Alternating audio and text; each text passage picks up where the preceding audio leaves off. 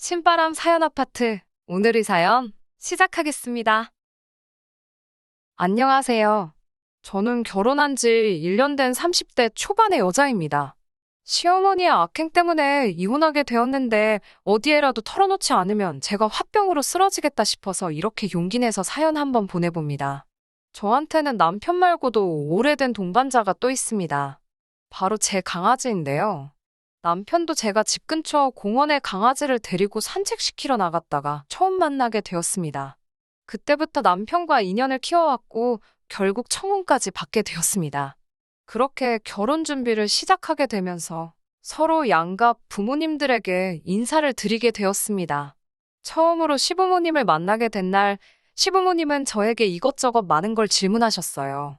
질문들은 별다른 거 없이 부모님은 무슨 일을 하시는지, 저는 구체적으로 무슨 일을 하고 있는지 일반적인 질문들 위주로 물어보셨어요. 제가 많이 긴장을 했어서 어떻게 대답을 했는지 모르지만 그래도 인터넷 같은 데서 보통 어떤 질문들을 하시는지 물어보고 나름대로 만반의 준비를 했기 때문에 대답할 때 당황하거나 난처해하지 않고 막힘없이 잘 대답했습니다. 하지만 시어머니가 제가 전혀 예상하지 못한 질문을 하셨는데 제가 키우는 강아지 덕분에 남편과 만나게 되었다는 말을 들었다고 하시면서 걔는 그래서 언제까지 키울 생각이냐고 물어보시더라고요. 걔를 언제까지 키우냐니 저는 처음에는 시어머니가 무슨 말씀을 하시는 건지 한 번에 그 의미를 이해하지 못했어요. 그도 그럴 것이 저한테 강아지는 언제까지 키운다는 개념이 아니고 말 그대로 저한테는 가족이나 마찬가지인 존재였거든요. 그래서 저는 그렇게 생각해 본 적 없고 그저 건강하게 오래 함께 했으면 좋겠다고 대답했습니다. 시어머니는 저의 그런 대답에 마음씨가 참 곱다고 하시면서 처음에는 제 강아지에 대해서 관심이 많으신 듯 보이셨어요. 당신도 강아지를 좋아한다. 어릴 적에 마당에다 강아지를 키워보았다 하시면서 강아지가 몇 살인지 물어보시더라고요. 제가 대학교 들어가면서 저희 가족이 되었고 올해로 10살인데 사람 나이로 치면 노년이나 다름없다고 말씀드렸지요. 그렇게 강아지 이야기로 잠시 대화의 꽃을 피우고 있는데 시어머니는 뜬금없이 그래도 사람과 짐승이 사는 곳은 구분되어야 하지 않겠냐면서 결혼하고 나면 강아지는 친정에 두고 오라고 하시더라고요. 저는 당연히 그렇게는 안 되겠다고 대답했고요.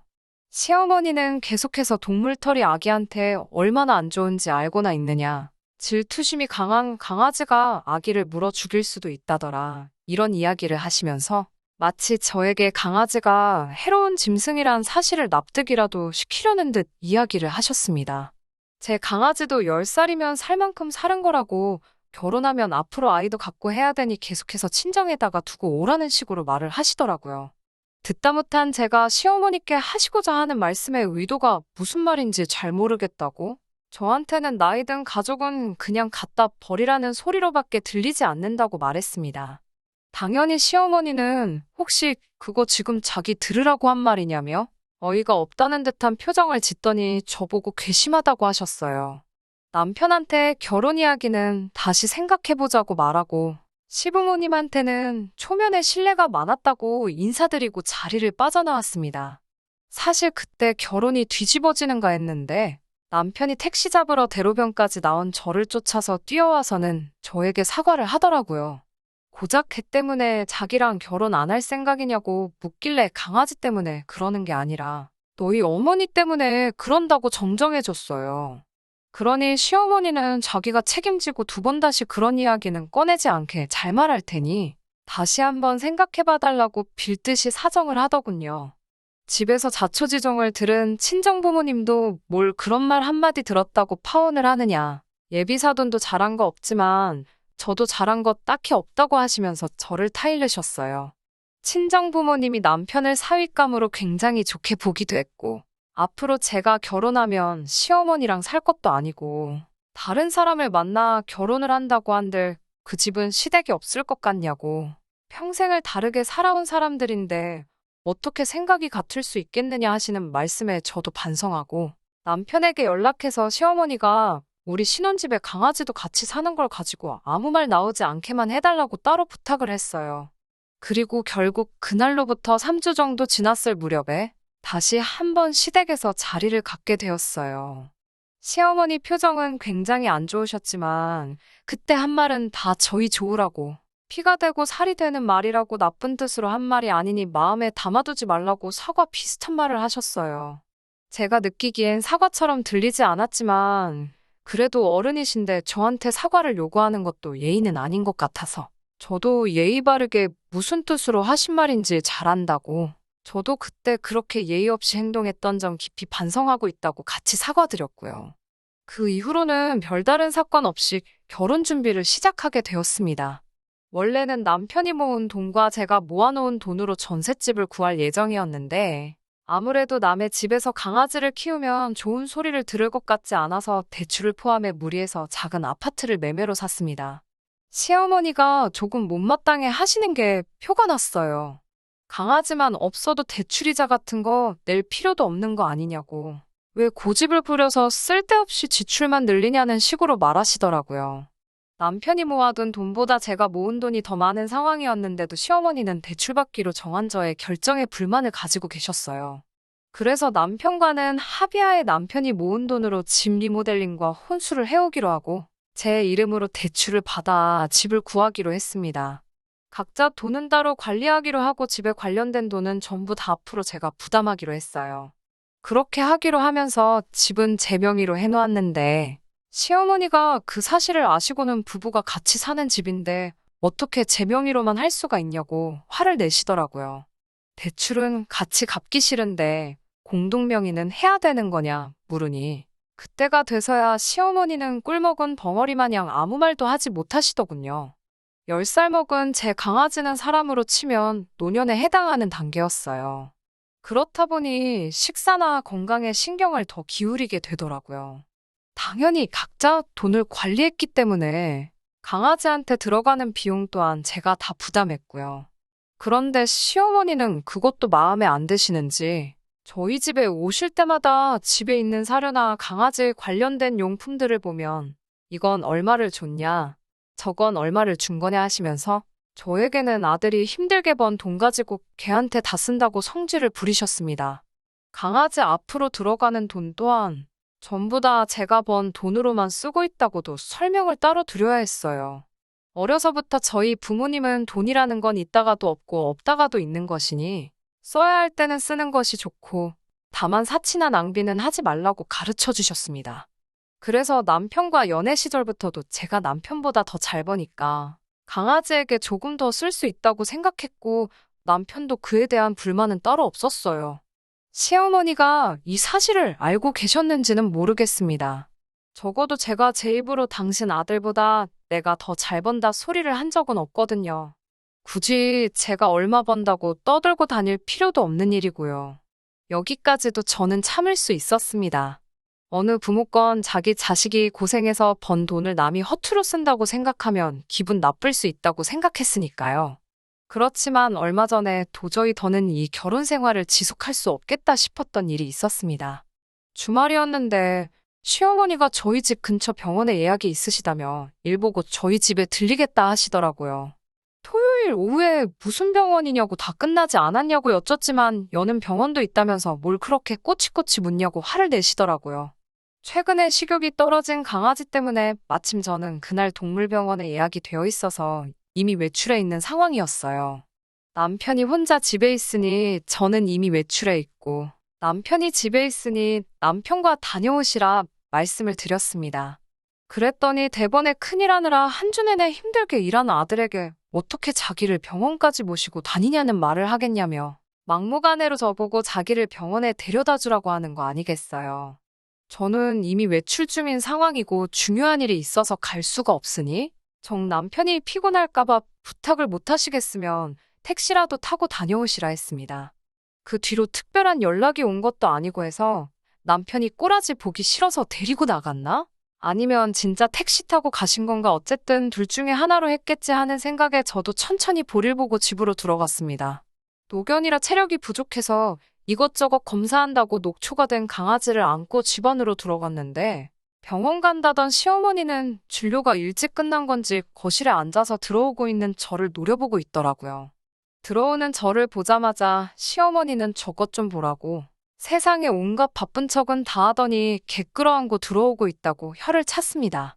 이미 며칠 전부터 예약되어 있던 동물병원이라 다녀온 거라고 설명을 드리니 더 어이없어 하면서 역정을 내더군요.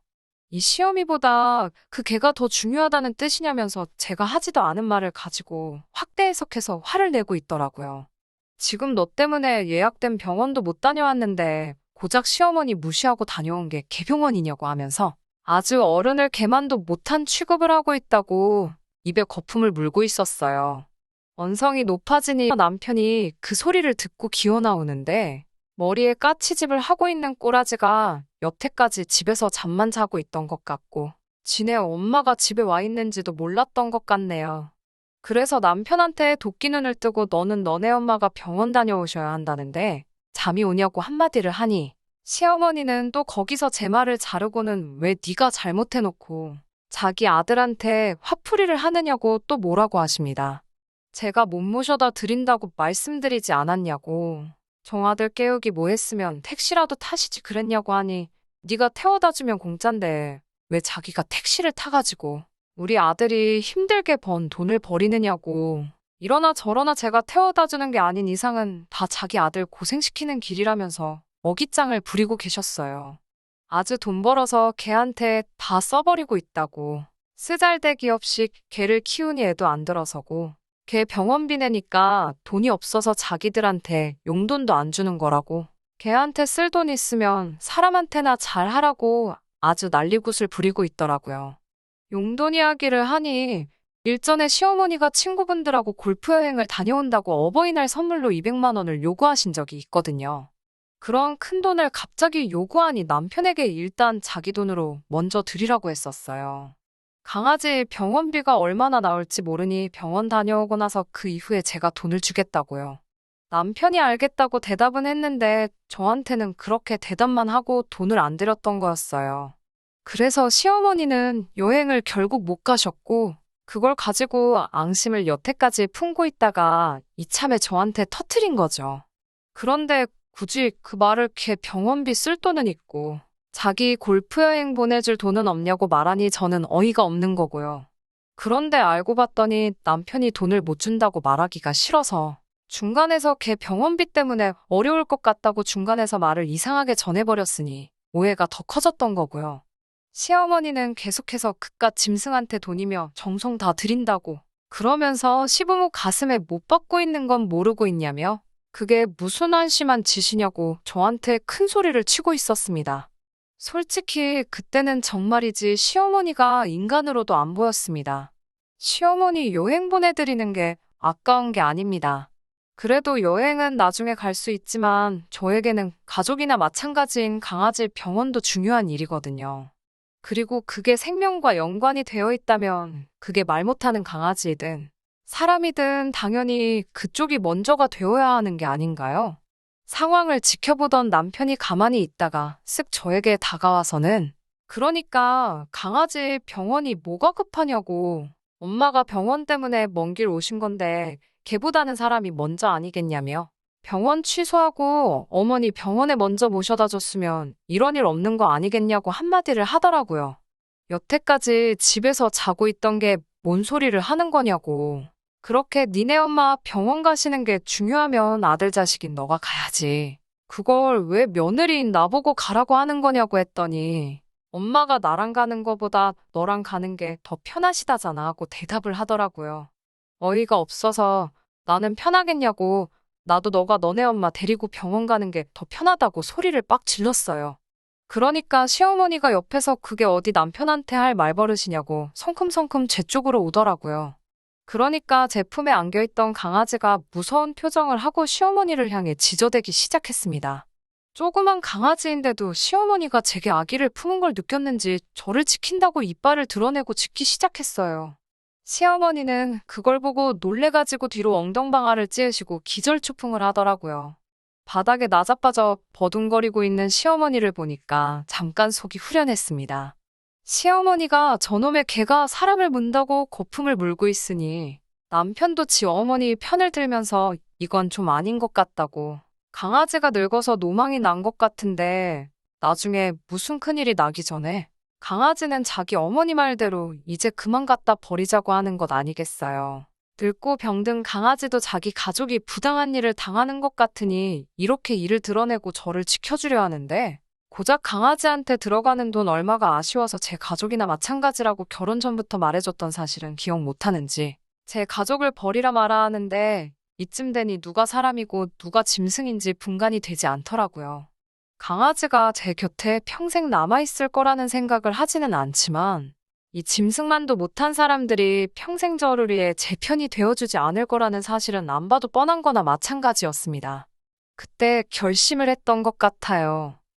그래서 노망이 난 건 우리 강아지가 아니라 너네 엄마겠지 소리 지르고 둘 다 당장 내 집에서 나가라고 했습니다. 시어머니는 내 아들 집인데 내가 왜 나가냐고 같이 소리 지르고, 그렇게 경찰까지 출동해서 중재를 해주기 전까지 서로 언성 높이며 싸웠어요. 결국 둘 다 포기할 것 같지 않으니 남편이 보다 못해 시어머니 데리고 시댁으로 향했고요. 그리고 그날이 지나고 얼마 뒤에 시댁에서 머물고 있던 남편을 만났습니다. 남편은 고집을 꺾지 않던 저에게 그제서야 자기가 중간에서 역할을 잘못해 이 사단이 난 거라며 저에게 다시 한 번만 기회를 달라고 사과를 해왔습니다. 사실 자기가 그렇게 행동했던 건 자기 엄마 골프 여행 가는데 돈을 주기 싫어하는 것 같아서 저한테 실망을 했는데, 집에 있는 강아지 용품들을 보니까 걔한테 돈 쓰는 건 안 아까워하면서 시어머니는 우습게 아는 것 같아 그게 질투가 났다고 하네요. 그 말을 들으니 제가 믿고 가정을 꾸린 남자가 아직 정신 못 차리고 된장인지 똥인지도 구분을 못하는 모자란 놈이었구나 하는 생각이 들었어요. 그리고 그때 처음으로 시어머니가 결혼 전 처음 만난 그날에도 저한테 강아지는 결혼하면 그만 키우라고 했는지 그 이유를 알겠더라고요. 강아지한테 들어가는 돈이 아까웠던 거예요. 강아지한테 들어가는 만큼이 자기들 몫에서 빠져나간다고 생각했던 거죠. 강아지만 아니면 제가 버는 돈마저도 전부 자기 아들이 벌어오는 돈이 되는 건 줄 알았나 봅니다. 남편에게는 당신과도 당신 가족들과도 앞으로 같은 길을 갈 수 없을 것 같다고 이혼하자는 말을 했습니다. 남편은 그래도 그렇지 무슨 개 때문에 이혼을 하냐고 했는데, 반려동물에 관한 이견으로 생긴 다툼 또한 이혼 사유가 가능하다는 사실을 말해줬어요. 남편이 해온 혼수만큼의 금액만 재산 분할을 해줘야 한다는 판결을 받게 되었지만, 파탄의 사유인 시어머니에 대한 위자료 소송을 걸지 않는 조건으로 합의 이혼을 하게 되었습니다.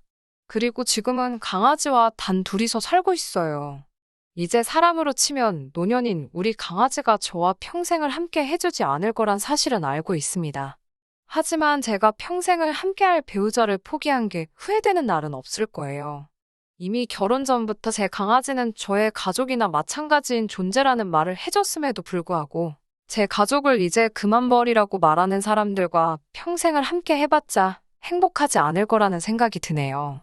이 신혼집은 전세로 돌리고 저는 다시 친정으로 강아지와 함께 돌아갈 계획입니다.